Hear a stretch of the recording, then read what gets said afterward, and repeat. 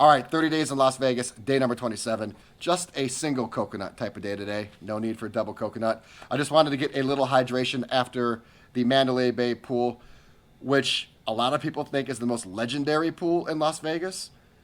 I kind of somewhat agree. I'm going to talk about that.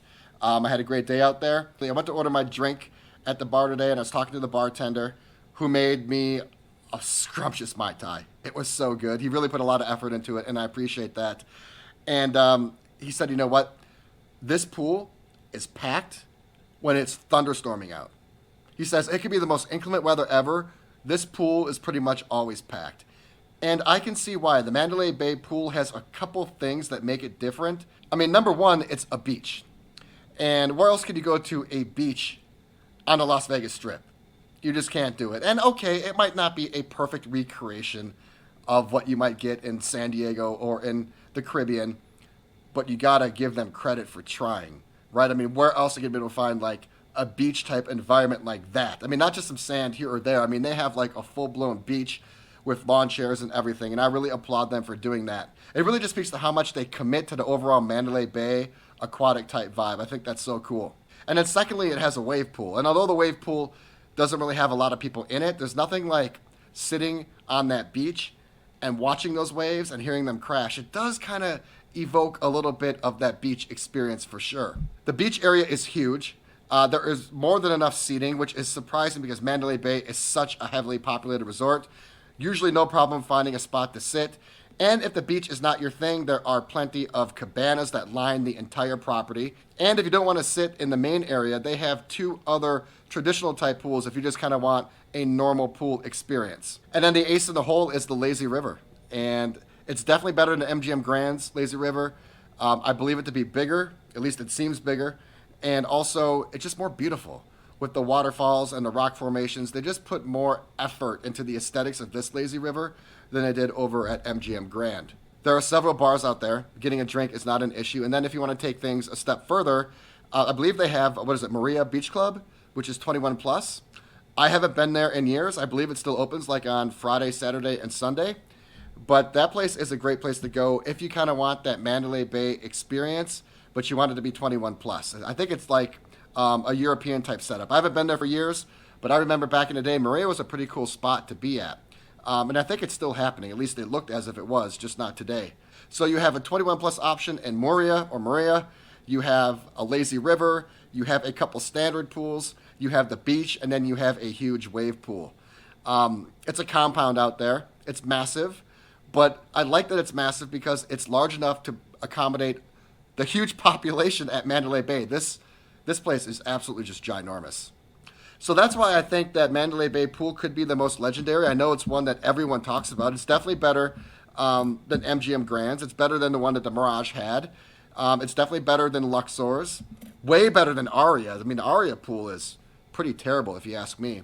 It might not be the most happening. It might not be the biggest party. It may not be the overall most beautiful or stunning, but I think the Mandalay Bay pool definitely is iconic and legendary because they put so much effort into it and because it just gives off such a beach, tranquil, kind of like aquatic type vibe. You know, I said this before that I thought that the Shark Reef Aquarium was something that you had to do to really kind of cement your stay. Your stay is incomplete if you don't at least go to the beach. Yes, if you go to the Shark Reef Aquarium, it's going to punctuate things. It's going to put an exclamation point on your trip. But if you come to Mandalay Bay and don't go to the beach, the pool area, then you didn't really come to Mandalay Bay. It's something that you absolutely have to do. Day 27, and tonight I'm going to try to go to that Asian place. Apparently they have that $150 sushi roll. I'm on the quest for that. I can't wait to try it out. I mean, I hope the hype is real. I mean, it better be real for that price. And then tomorrow I'm off to my final hotel. It's really, really hard to believe. You know, this trip has just been left in front of right. Breathe in, breathe out. I mean, it's really just been a moment and a day at a time. And I've just really kept my head down and tried to be present, and I've tried to live in the moment. And all of a sudden you wake up and it's 27 days later. It's a month later. Crazy how I've been living in these Vegas hotels out of these suitcases and just kind of ping-ponging back and forth in this city for a month. It really hasn't hit yet about, you know, what the trip has been like because I've just been so present and I really haven't had a lot of time to think about in retrospect, about the ups and all the great moments, and there were some downs too. I haven't really put it into personal context yet, but I think I'll probably do that once I leave. But my time at the Golden Nugget seems like forever ago.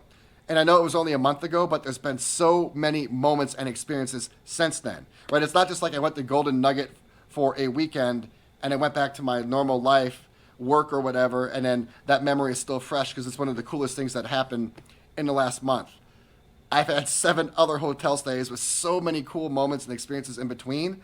Like Golden Nugget almost seems like a distant memory. My time at the Bellagio seems so long ago, even though they were less than a month. So, when you pack all of these moments and all these experiences into such a short time window, it's weird how you recall them because they're all vivid because they were only a month ago, but they just seem so far away. It's weird. So anyway, day 27 is in the books, 3 days left. I'm going to try to make my Virgin stay the most memorable and the most fun. I definitely have to put a capstone on this trip, and I'll probably check in with you there tomorrow. Probably. Who knows? Later.